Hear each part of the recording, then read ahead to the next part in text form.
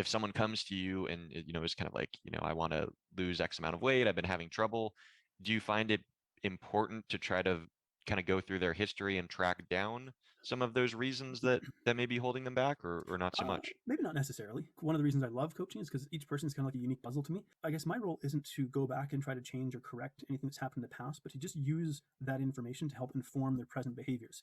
And so the kind of the perspective I take with coaching is all behavior makes sense.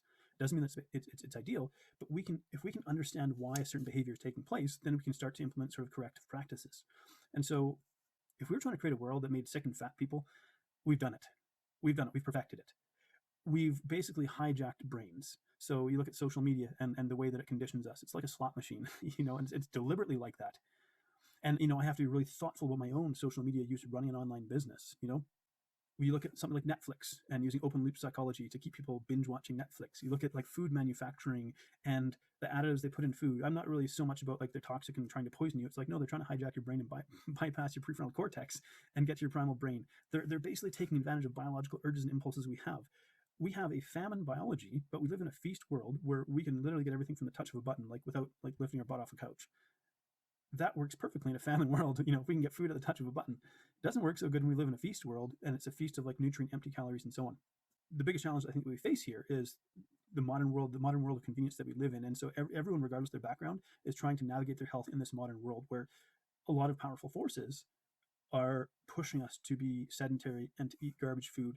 It actually takes conscious effort and input to change that and to go against the stream. And if you want proof of that, it's like, look at the numbers.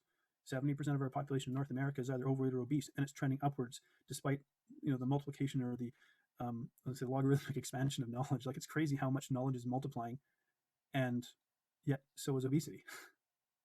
Right? People, it sounds like people aren't applying that knowledge, or at least not in a consistent enough manner in order to really affect kind of change, Well, right? there's such a broad array of factors that bring us to this place, because man, it's like you wish there was a magic bullet, like put a tax on sugar. Well, that's not quite the. I don't think that's going to be a magic bullet. I think it would help if we stopped subsidizing like monocrop agriculture and started subsidizing like regenerative agriculture and permaculture based farming and stuff like that. But ultimately, it's not. I don't think it's a lack of motivation. I don't think it's a like a moral character failing. It's that we have these powerful forces that are far more powerful than any sort of human brain, single human brain in a sense, that have basically engineered life to the most like convenient way possible, which turns out that it's actually terrible for our health. And it really takes a high degree of conscious awareness to go, hang on a sec, like I'm just doing this on autopilot. You think about something simple like you walk into your kitchen and you probably follow a specific path to the pantry, to get your kid's granola bar or something like that, without even thinking about it.